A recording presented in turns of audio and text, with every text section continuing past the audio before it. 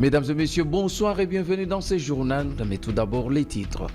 Le chef de l'État Félix Tshisekedi a jugé utile de revenir sur sa main tendue à son homologue rwandais Paul Kagame lors de son adresse le week-end dernier dans la capitale belge. Face à une diaspora mobilisée, le chef de l'État a opposé une non-recevoir catégorique à toute idée de négociation avec ce qu'il qualifie d'émissaires des agresseurs, tirant les leçons des dialogues politiques passés qui, selon lui, ont trop souvent affaibli l'État congolais.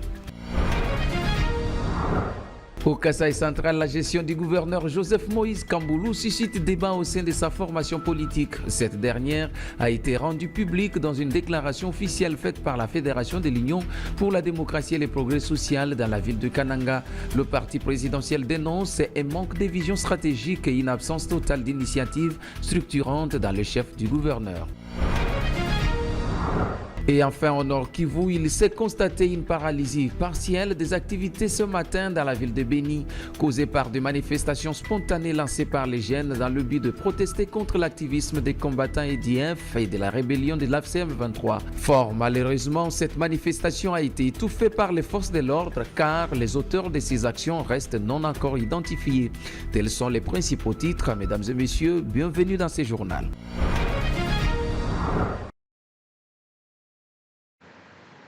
Et débutons ce journal par la Belgique où il se trouve actuellement le chef de l'État pour clôturer son séjour belge. Le président de la République, Félix Antoine Tshisekedi Tshilombo, s'est adressé samedi dernier à la diaspora congolaise installée à Bruxelles. Devant une salle comble, le chef de l'État est revenu sur son récent geste d'ouverture envers son homologue rwandais Paul Kagame, qualifié de volonté de faire la paix de brave. Suivez donc ce reportage d'Edouard Chama, rendu ici par Julia Kamonia. Après son allocution lors de la deuxième édition du Global Gateway Forum à Bruxelles, le chef de l'État Félix Antoine Tshisekedi s'est entretenu le week-end dernier à Bruxelles avec la diaspora congolaise où il a tenu à clarifier ses propos sur sa main tendue envers Paul Kagame qui ont suscité différentes interprétations dans l'opinion tant nationale qu'internationale. Depuis un certain temps, on nous faisait passer, nous les victimes, comme étant des va-t-en-guerre. Alors que c'est nous qui sommes agressés et que nous avions, en tant que victimes, le droit de nous défendre. Eh bien, mais dans ce droit que nous exercions de nous défendre, on commençait à vouloir nous présenter comme des gens qui ne voulaient pas la paix, qui voulaient la guerre. Et donc, moi, j'ai voulu montrer au monde entier que ce n'était pas vrai. Que nous sommes les premiers à vouloir la paix. Cette sortie intervient quelques jours après la réaction virulente du Rwanda qui avait qualifié de comédie politique ridicule les gestes d'ouverture du président Tshisekedi. Ce dernier a toutefois insisté sur le fait que cette démarche n'était pas un signe de faiblesse, mais plutôt un geste de responsabilité et de courage politique. Croyez-moi, je suis très très loin d'être faible. Voilà. Je crois que j'ai réussi à le prouver. J'ai réussi à le prouver à plusieurs reprises. Si aujourd'hui on parle sanctions, si aujourd'hui on parle dialogue, médiation, que ce soit africaine ou autre, américaine et qatari, je crois que c'est grâce quelque part à ce que j'ai aussi fait. En revanche, le premier citoyen congolais a par ailleurs posé des conditions claires sur la question qui conflit les acteurs politiques congolais, notamment le dialogue interne. Pour lui, celui-ci ne doit réunir que des Congolais patriotes qui sont contre l'agresseur. On veut d'un dialogue entre Congolais qui sont tous contre cette agression. La seule chose que je demande à ces gens qui veulent le dialogue, c'est d'abord de condamner l'agresseur, de le nommer clairement et de le condamner. Face aux critiques, Félix Tshisekedi a appelé ses compatriotes à la sérénité, laisser parler les aigris, les ignorants. Nous savons ce que nous faisons. À travers ses discours, le chef de l'État a cherché à réaffirmer la position de la RDC comme actrice de paix, tout en renvoyant la responsabilité de la poursuite du conflit au Rwanda, accusé d'alimenter l'instabilité dans la partie orientale du pays. Eh bien, Clay clarifiait sa position sur sa main tendue envers son homologue rwandais Paul Kagame. L'opposant Délice Sanga considère que Félix Tshisekedi exclut l'idée d'un dialogue national inclusif tant désiré par le peuple congolais. Pour cet ancien élu de Luisa, le président de la République fait partie de problèmes. Dire qu'il ne veut pas discuter avec ceux qui sont avec l'agresseur montre un manque de clarté de la part de Félix Tshisekedi car le gouvernement congolais continue à discuter avec eux à Doha, avec les ennemis même que le président lui-même le qualifie. Délix Sanga a été interviewé par Jude Kalumbo. Écoutez, les discours du chef de l'État sont souvent contradictoires les uns des autres. Ce que j'ai pu tirer, c'est qu'il n'est pas favorable à un dialogue inclusif et qu'il est plutôt sur une lancée où il y a des invectives contre ceux qui portent la critique contre le régime, en traitant les uns d'être aigris, les autres d'être des ignorants sur la situation du pays. Mais je remarque qu'il lui reste à la tête du pays 1 millier de jours, période au cours de laquelle il doit avoir résolu les problèmes du Congo. La responsabilité lui revient, c'est à lui de savoir ce qu'il veut pouvoir faire de ce pays. Vous savez, je me suis prononcé sur cette question. Je pense que les conditions dans lesquelles ceci était fait n'a pas rassuré sur notre engagement, la constance sur l'option que nous avions du pays pour l'avenir. Et les options du président lui-même ne sont pas toujours d'une très grande clarté en ce qui concerne la gestion de cette crise. Nous pensons quant à nous qu'il nous faut un dialogue comme le pacte social proposé par la CENCO le suggérait, c'est-à-dire aborder les questions de la sous-région et les questions internes autour d'une table en allant au fond des questions.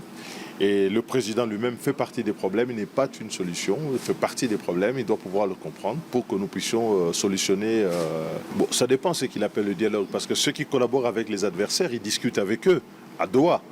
Et quand il vient ici pour dire qu'il ne va pas discuter avec eux, je ne sais pas de quoi il parle. C'est pour ça que je dis qu'il y a une contradiction très forte autour de ça. S'ils discutent avec eux à Doha, donc ils peuvent être partie prenante à la solution des problèmes internes. Nous n'avons pas attendu le président de la République pour dénoncer l'agression de notre pays par le Rwanda ou par d'autres. Nous, en ce qui nous concerne en vol, nous avons organisé une grande manifestation ici à Kinshasa. À l'époque, ils étaient simplement à Bunagana pour dénoncer, apporter notre soutien au FARDC. Nous n'en sommes plus à ce type de... Si, nous l'avons fait. Ce n'est pas parce que lui s'est réveillé aujourd'hui que ça devient un sujet. Et nous l'avions mentionné au sommaire à l'ouverture de ce journal, au Kasaï central, la gestion du gouverneur Joseph Moïse Kamboulou à la tête de la province du Kasaï central suscite débat au sein de la classe politique. Dans une déclaration officielle, la Fédération de l'Union pour la démocratie et le progrès social UDPS Tshisekedi à Kananga a exprimé de vives préoccupations quant à la qualité du leadership exercé à la tête de l'exécutif provincial. Le parti présidentiel dénonce ces manques de vision stratégique ainsi qu'une absence se manifeste d'initiatives structurantes en matière de développement socio-économique. Le parti présidentiel pointe également du doigt une détérioration inquiétante du climat sécuritaire marqué par la résurgence de tensions communautaires et d'élites d'information politique dans plusieurs territoires de la province du Kasaï central. En conséquence, l'UDPS appelle les autorités nationales à intervenir sans délai afin de redresser la trajectoire institutionnelle de la province et réclame dans la foulée la démission du gouverneur Joseph Moïse Kamboulou. Après plusieurs semaines de tensions internes, le jeune de l'Union pour la démocratie et le progrès social UDPS Tshisekedi se sont retrouvés ce dimanche 12 octobre 2025 à la place commerciale de Limete pour une matinée politique axée sur l'unité du parti. Cette rencontre visait donc à renforcer la cohésion autour des orientations de l'autorité morale de l'UDPS avant, pendant et après les prochains progrès. Bosco Kabamba et Chrétien Gaïmé étaient là pour le compte de Bossolo Télévision. Après une période de forte tension au sein du parti présidentiel, l'heure est désormais à l'unité. Les jeunes de l'Union pour la démocratie et le progrès social UDPS, toutes tendances confondues, se sont réunis ce dimanche 12 octobre 2025 à la place commerciale de Limete autour du thème l'unité UDPS, la sensibilisation et l'apport de la jeunesse avant, pendant et après les congrès. Devant une foule nombreuse, Rossi Chimanga, président de la force défensive, a exhorté les jeunes à faire preuve de vigilance et à ne pas se laisser manipuler. Pour ceux qui m'appellent pour savoir qu'est-ce qui ne va pas entre moi et Yves Bokoulou, aimer une personne ne veut pas dire mettre en péril la Ligue de jeunes. Yves Bokoulou a été ministre durant 6 ans. Quel a été son apport au sein de la jeunesse du parti? Est-ce la Ligue de jeunes? A-t-elle une permanence? Quand il était ministre de la jeunesse et du tourisme, dites-moi, qui sont ces jeunes-là qui ont été embauchés? Jeunesse, tourisme,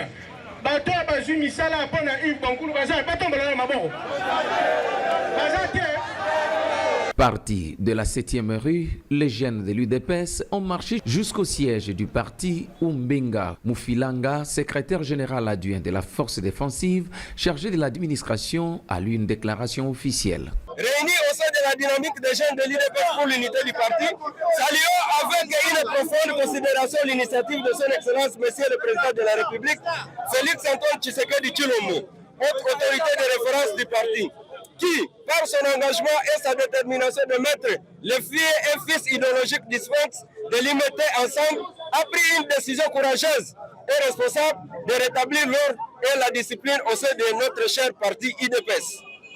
Ces orientations qui ont permis de mettre un terme aux tensions internes qui opposaient depuis l'année dernière les différentes opposantes du parti. À cet effet, les membres de la dynamique des jeunes pour l'unité du parti félicitent le secrétaire général Augustin Kabouya Chilumba ainsi que le secrétaire général adjoint Deo Bizibou Balola pour leur sens élevé de patriotisme et leur engagement à privilégier la paix, la cohésion et l'unité au sein de l'UDPS. Un pari reçu pour la Ligue des jeunes de l'UDPS qui prévoit plusieurs activités dans les jours à venir dans le but de renforcer davantage l'unité, non seulement au sein de leur structure, mais aussi à l'échelle du parti tout entier. Rendons-nous au Nord Kivu où les activités sont partiellement paralysées ce lundi 13 octobre 2025 dans la ville de Bunia, chef-lieu provisoire du Nord Kivu, suite à des manifestations spontanées lancées par des jeunes pour, disent-ils, protester contre l'activisme des combattants EDF et de la rébellion de l'AFCM 23. Les forces de l'ordre ont étouffé ces actions initiées par des jeunes non identifiés qui ont lancé des tracts la veille pour annoncer des manifestations durant 3 jours. Ils disent aussi soutenir le militaire ainsi que les policiers venus de Goma dont les salaires connaissent des irrégularités. Les manifestants ont tenté d'entraver la circulation tôt le matin au centre-ville, précisément au centre commercial de Matungé et sur le boulevard Nyamwisi.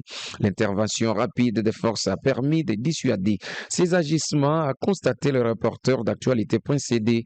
Des coups de feu ont été entendus dans la ville. Une présence de policiers et de militaires est constatée au centre-ville alors que les ruelles restent bloquées dans quelques coins de la commune Moulekera, connue comme foyer des groupes de pression. Des activités socio-économiques tournent au ralenti au centre commercial de Matungé et le long du boulevard Nyamwisi jusqu'au marché central de Kiloukwa. Des opérateurs économiques hésitent à réouvrir leurs portes craignant ainsi des représailles de manifestants. Les autorités ne sont pas encore prononcées sur cette situation. Et toujours en sécurité, les forces armées de la République démocratique du Congo renforcent leur capacité opérationnelle pour endiguer la menace sécuritaire qui pèse sur la province de l'Ituri. Le week-end dernier, 60 militaires ont fini à Bunia un recyclage, notamment sur le pilotage des drones ainsi que la manipulation de certaines armes. Présent à la cérémonie de clôture, le gouverneur militaire de l'Ituri a affirmé que ces renforcements de capacités répondent aux besoins sur terrain. Reportage avec la presse militaire. en vue de détruire complètement la menace à laquelle l'Ituri fait face. Avec l'activisme de la CRP, les forces armées de la RDC renforcent leurs capacités opérationnelles. À ce sujet, plus de 60 militaires ont terminé ce vendredi 10 octobre une formation spécialisée à Bunia, assurée par les instructeurs indonésiens, bangladais, népalais et autres de la MONUSCO. Une formation qui tombe à point nommé, estime le lieutenant-général Luboyanka Chamadjoni, gouverneur militaire et commandant des opérations en Ituri. La plupart de ceux qui viennent d'arriver, ce sont des jeunes gens qui viennent des centres d'instruction. Et donc, à l'unité ici, il faut des performances.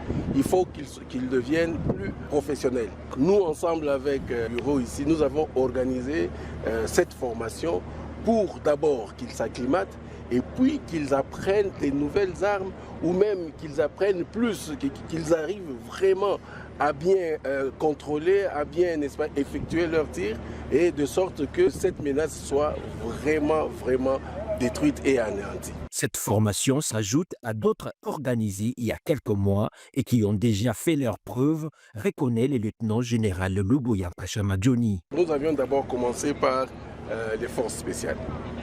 Et ces forces spéciales nous ont aidés. C'est comme ça qu'on n'a jamais cédé un seul territoire. Vous avez vu sur le littoral, ce sont ces forces spéciales qui aident les forces de couverture. Sur les différentes lignes de front en Ituri, la bravoure et l'engagement s'affichent. Les forces armées, sous le commandement efficace du lieutenant-général Luboyanka Chamadjoni, constituent un rempart infranchissable à ce jour pour les ennemis de la République qui continuent d'essuyer des revers et des désillusions.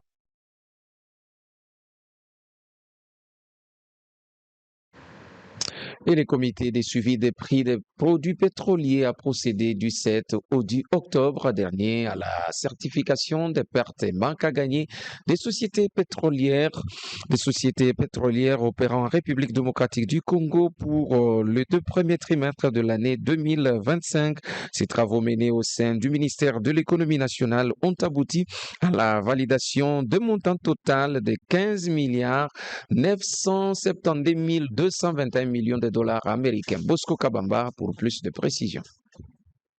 La cérémonie de la signature du procès verbal des certifications des pertes et manques à gagner a eu lieu en présence du secrétaire général à l'économie nationale, Célestin Tuité. Celle-ci marque une étape significative dans la régulation et la stabilité des prix dans les secteurs pétroliers en RDC. Ces travaux qui se sont déroulés dans un climat de rigueur, de transparence et de collaboration entre le gouvernement et la profession pétrolière ont connu l'implication de toutes les sociétés pétrolières concernées, mais également la Fédération des entreprises du Congo, la présidence de la République, de la primature, des délégués du ministère des hydrocarbures. Représentant la FEC lors de ces assises, le président de la Commission nationale des hydrocarbures au sein du patronat congolais a salué la sérénité et l'efficacité du processus, étant donné le montant global pour le premier et deuxième trimestre s'élève à 15 972 221 millions de dollars américains. Effectivement, les travaux ont été intenses. Nous avons réussi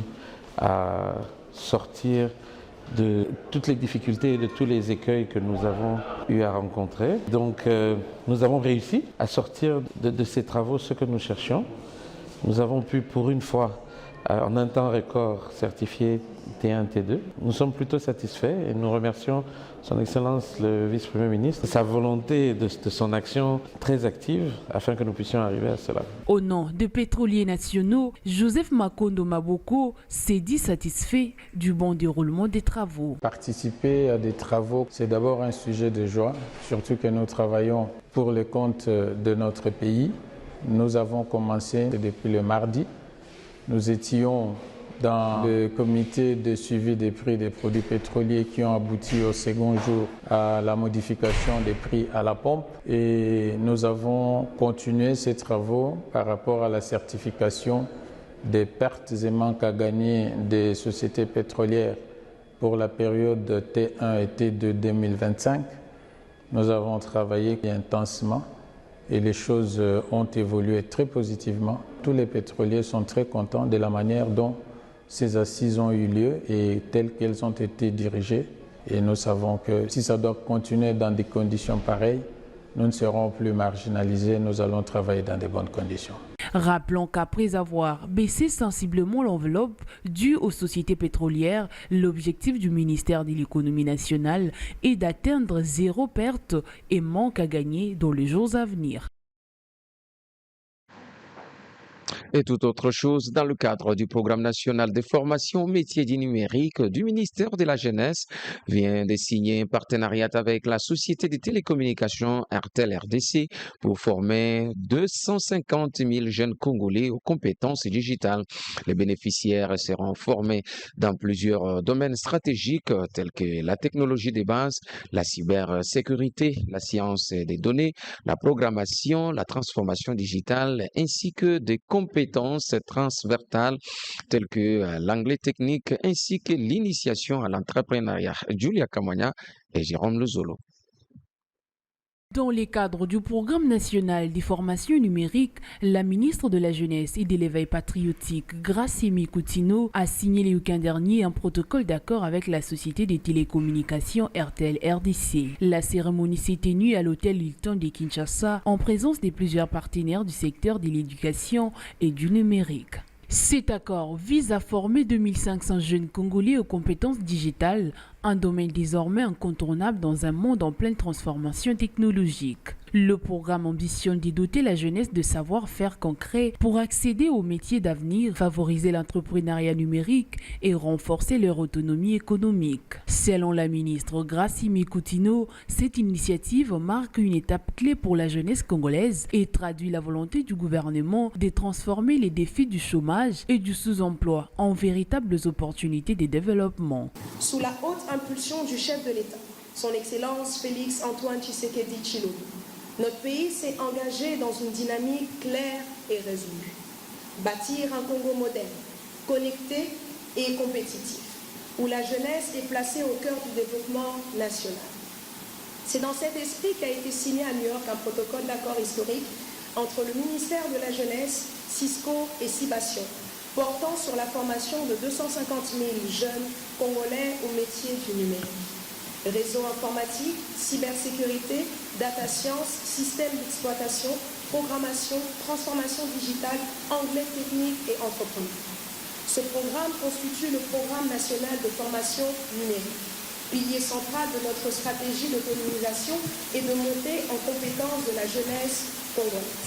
Aujourd'hui, nous franchissons une nouvelle étape avec l'intégration d'un partenaire stratégique majeur, RTL RDC. Son engagement vient amplifier la portée sociale et économique de ce programme national.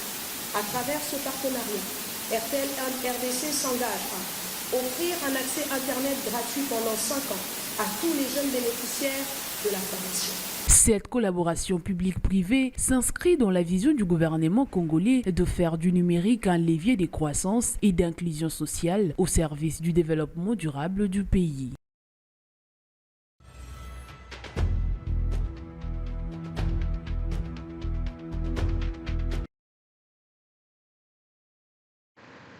Et poursuivons ce journal avec cette page internationale au Cameroun. Le dépouillement de bulletins est en cours. Plus de 8 millions d'électeurs étaient appelés aux urnes pour élire leur président dans un scrutin à un seul tour. À 92 ans, dont 43 ans passés au pouvoir, Paul Biya demeure le grand favori.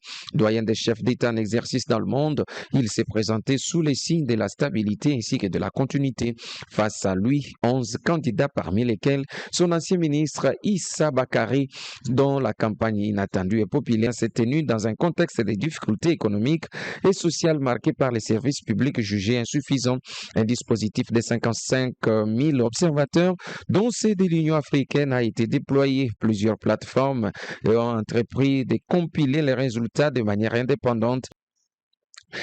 Après avoir déclaré dimanche qu'une tentative illégale et violente de prise de pouvoir était en cours dans ce pays africain, sans donner plus de détails au lendemain de l'adhésion de certains soldats à un mouvement de protestation qui avait débuté le mois dernier, André Rajolina, président du Madagascar, a été ce lundi exilé et exfiltré, d'après la Radio France Internationale, par un avion foncé. Les détails dans cet élément d'Edouard Chama, ici rendu par Julia Kamoya.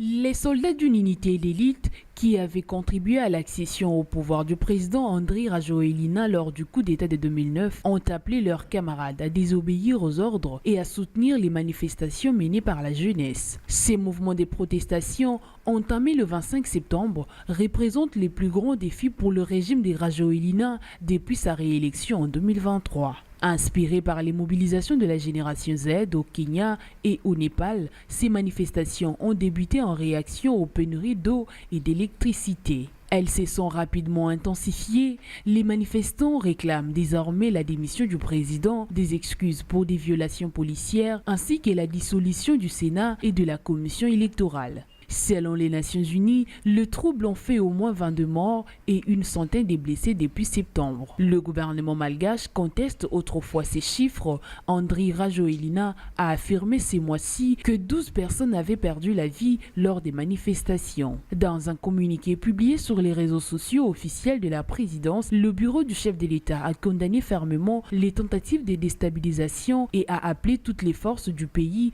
à s'unir pour défendre l'ordre constitutionnel et la souveraineté nationale. Le président a également encouragé le dialogue comme voie de sortie à la crise. Une vidéo diffusée par les médias locaux montre des dizaines de soldats quittant leur caserne samedi soir pour escorter des milliers de manifestants vers la place du 30 mai à Antananarivo, lieu emblématique de nombreux soulèvements politiques jusqu'alors placés sous haute surveillance et interdits d'accès durant le trouble. Depuis, le Premier ministre et les chefs d'état-major des armées ont appelé la population à rester calme et à privilégier le dialogue pour éviter une escalade de la crise. Et terminons avec cette brève en Israël où le président américain Donald Trump a rencontré ce lundi les familles des otages capturés par le Hamas et a prononcé un discours devant la Knesset, le Parlement israélien, à Jérusalem avant de se rendre en Égypte où il a coprésidé avec son homologue égyptien Abdel Fattah al-Sisi les sommets pour la paix à Gaza où sont attendus plus de 20 dirigeants mondiaux accueillis en grande pompe à sa descente de l'avion Air Force One par le président israélien et le premier ministre israélien Benjamin Netanyahu. Cette visite qui a coïncidé avec le retour attendu des otages encore détenus à Gaza dans le cadre du cessez-le-feu entre Israël et le Hamas dont il est à l'initiative. Donald Trump a déclaré un peu plus tôt à bord d'Air Force One que la guerre à Gaza était terminée en réponse avec une question du journaliste sur les conflits entre Israël et le Hamas. Selon un communiqué officiel publié lundi, le président israélien pourra décerner à son homologue américain la plus haute décoration civile de son pays en guise de remerciement pour sa contribution à la libération des otages. Et c'est la fin de ce journal. Merci de nous avoir suivis. Ce journal a été coordonné par Julia Kamonia et réalisé par Gédéon Chitumbi. Dan Mbouyi était derrière la caméra. Au nom de toute cette équipe, nous vous disons merci de nous avoir suivis.